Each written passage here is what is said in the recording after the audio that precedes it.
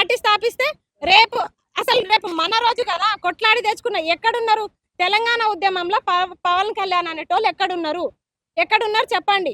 తెలంగాణ వచ్చినందుకు ఈయన 11 రోజులు నిద్రాహారాలు మానేసిన మనిషి ఈ రోజు ఎందుకు వస్తున్నాడు అంటే, కొట్లాడి తెచ్చుకున్నది మనము, ఇబ్బందులు పడ్డది మనము, మన కుటుంబాలను కోల్పోయింది మనము, అన్ని సర్ది అలికి పూసిన కాడ గువ్వ గుడ్డు పెట్టింది అన్నట్ల మనం అన్ని చేసి పెడితే ఇప్పుడు వచ్చి ఈయన రాజకీయాలు చేస్తాడా? ఎందుకు చేస్తాడు రాజకీయాలు? తెలంగాణలో పార్టీలు లేవా? మేము స్థాపించుకోలేదా? తెలంగాణలో మా పార్టీలు ఉన్నాయి.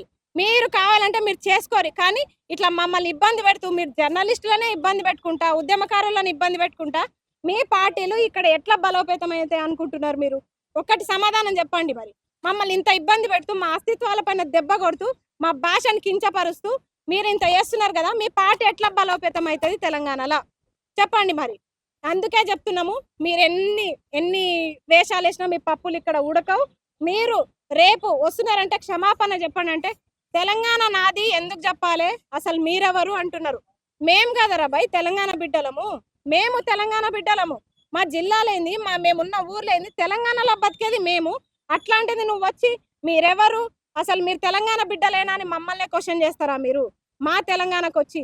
కాబట్టి చెప్తున్నాం, ఖబర్దార్. మీరు ఏమన్నా మీ పార్టీ బలోపేతాల కోసం ఏమైనా చేసుకోరు, కానీ మా రాష్ట్ర ఆవిర్భావ దినోత్సవం రోజు రావాల్సిన అవసరం ఏముంది? మీరు అవసరం ఏముంది? ఎన్నో బలిదానాలు జరిగినాయి ఈ రోజు కోసమే. జూన్ 2 ఈ రోజు కోసం ఎన్నో బలిదానాలు జరిగినాయి.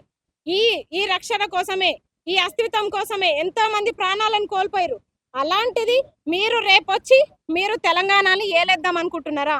అది సాధ్యమేనా? తెలంగాణలో పార్టీలు లేవనుకుంటున్నారా? ఏమైనా సరే తెలంగాణలో నిజంగా అందరు ఏకమవ్వాల్సిన పరిస్థితి అయితే వచ్చింది. ఇక్కడ పార్టీలను పక్క పెడితే ఫస్ట్ అయితే అస్తిత్వాలను కాపాడుకోండి. నీళ్లు, నిధులు, నియామకాలు మనం ఎట్లా తెచ్చుకోవాలో అట్లా తెచ్చుకుందాం కొట్లాడి, కానీ ఫస్ట్ అయితే మన అస్తిత్వాలను కాపాడుకోవాలని చెప్పేసి నేను